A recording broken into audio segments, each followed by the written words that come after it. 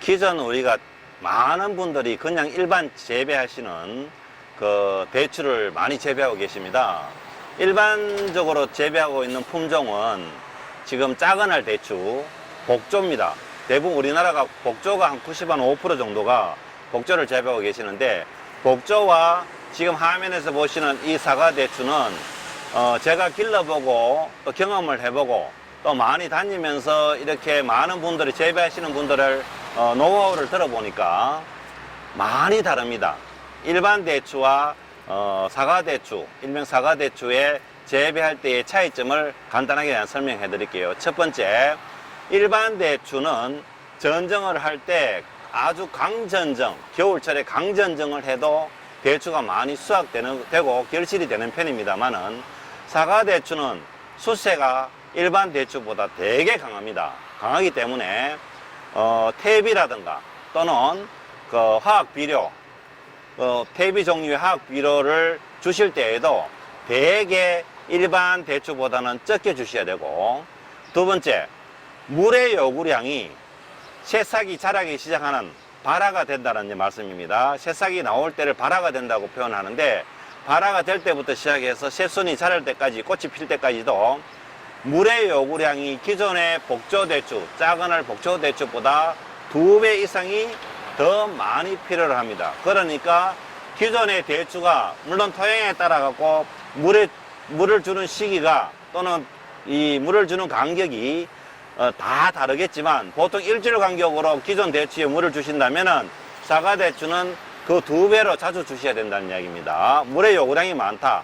세 번째, 그 다음에 수세가 되게 강하기 때문에 일반적으로 복조대추, 작은 알 복조대추는 새순 자르기 작업을 할 때 보통 1차, 2차, 3차에 걸쳐서 새순이 나오는데, 보통 6월달부터 5월 한 중순부터 시작을 해서 지금 6월 한 말 정도 되면은 새순 자르기 작업은 거의 끝나고 다시 새순이 나오지는 않습니다. 간혹 가다가 하나씩 두 개씩 나오기는 합니다만은 거의 나오지는 않은 반에 비해서 이 사과 대추는 8월달, 9월달 열매가 맺히더라도 수세가 강하기 때문에 끊임없이 새순이 나옵니다.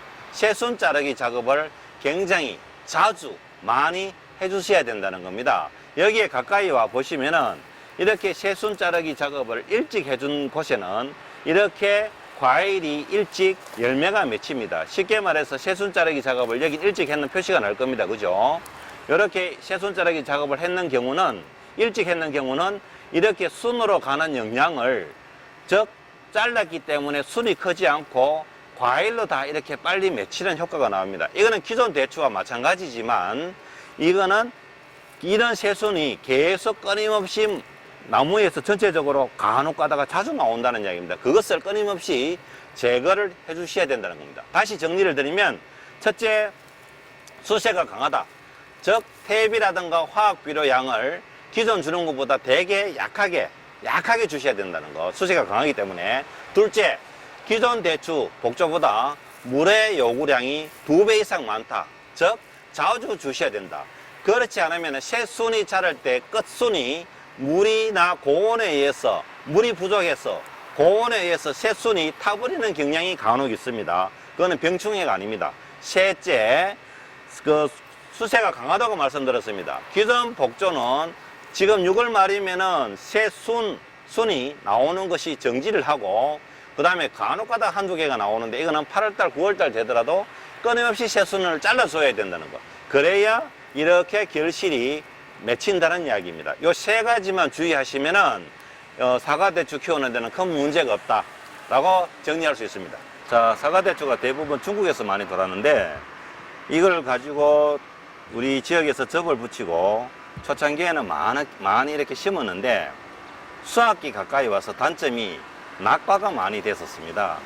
그래서 그 낙가를 줄이려고 또 다른 품종을 가져와서 여러 가지를 했는데 지금 키우고 있는 품종이 가장 그래도 지금 낙가가 좀 적은 품종입니다. 그 사과대추가 여러 가지 종류가 있습니다. 기존 대추하고 사과대추가 다른 게 기존 복조대추는 당도가 약 한 30에서 35브릭스, 착색이 한 95% 됐을 때, 그 다음에 과즙이 거의 없습니다. 당도를 착즙하기가 되게 힘들 정도로 과즙이 없고, 그렇기 때문에 당도는 높고, 그 대신에 과일에 대한 표피가 좀 두껍습니다. 사과대추 비해서. 그래서 한 개, 두 개를 먹었을 때는 되게 맛있고, 너무 맛있다고 이렇게, 이게 진짜 대추 맛이구나라고 말씀을 하시는데, 실질적으로 3개, 4개를 연달아 먹으면 이 표피가 두껍고 과즙이 없기 때문에 목에서 좀 거칠게 넘어가는 식감이 그런 게 있습니다. 그런데 비해 사과대추는 당도는 기존 대추에 비해서, 알대추에 비해서 당도는 한 5브릭스 이상 낮습니다만은 어느 정도 과즙이 풍부하고 과일 표피가 되게 얇습니다.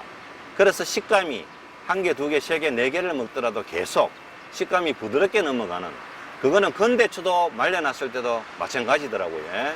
그래서 지금 소비자들이 대부분 일반 대추, 작은 대추에서 사과대추, 지금 사과대추로 많이 선회를 하는, 구입을 이렇게 하는 이걸 보면 선회를 하는 그런 와중에 있습니다.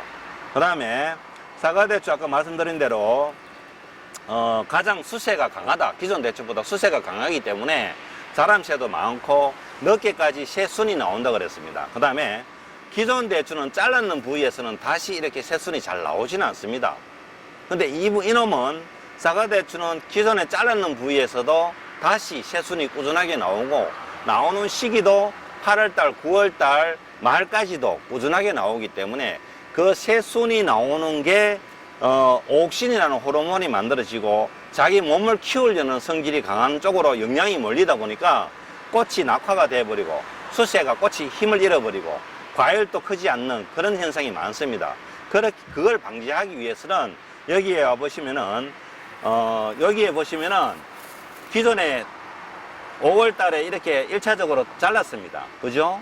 잘랐는데 여기에 다시 또 새순이 이렇게 한 10cm 이상 커 있습니다. 이런 것도 빨리 이렇게 제거를 해 주셔야 됩니다. 쉽게 말하면은 이 정화에서 만들어지는 옥신하는 호르몬을 빨리 잘라주고, 이 잘라줌으로써 여기 영양생장, 이걸 영양생장이라 그럽니다.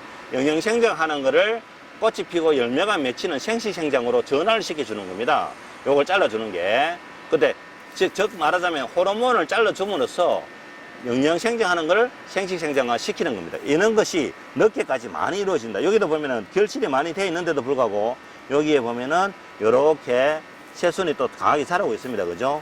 이런 것도 이렇게 제거를 해줘야 된다는 겁니다. 이런 게 되게 늦게까지 이루어진다는 게, 이 수세가 강하고 이루어진다는 게 흠입니다. 그렇기 때문에 특히 개화를 꽃이 피고 그 다음에 과일이 달릴 때는 우리가 바닥에 주는 탭이라든가 화학비료 양을 지극히 좀 적게 수세를 유지를 해야 됩니다. 많이 넣어버리면, 기존 대추나무처럼 많이 줘버리면은 이 수세를, 지금 현재도 수세가 강한데 수세가 너무 강해서 꽃이 많이 떨어지고 열매도 떨어져 버리고 결실이 안 되는 그런 경우를 상당히 많이 봤습니다. 그런 점만 주의하신다면은 좋은 열매를 맺을 수 있겠나라는 생각이 듭니다.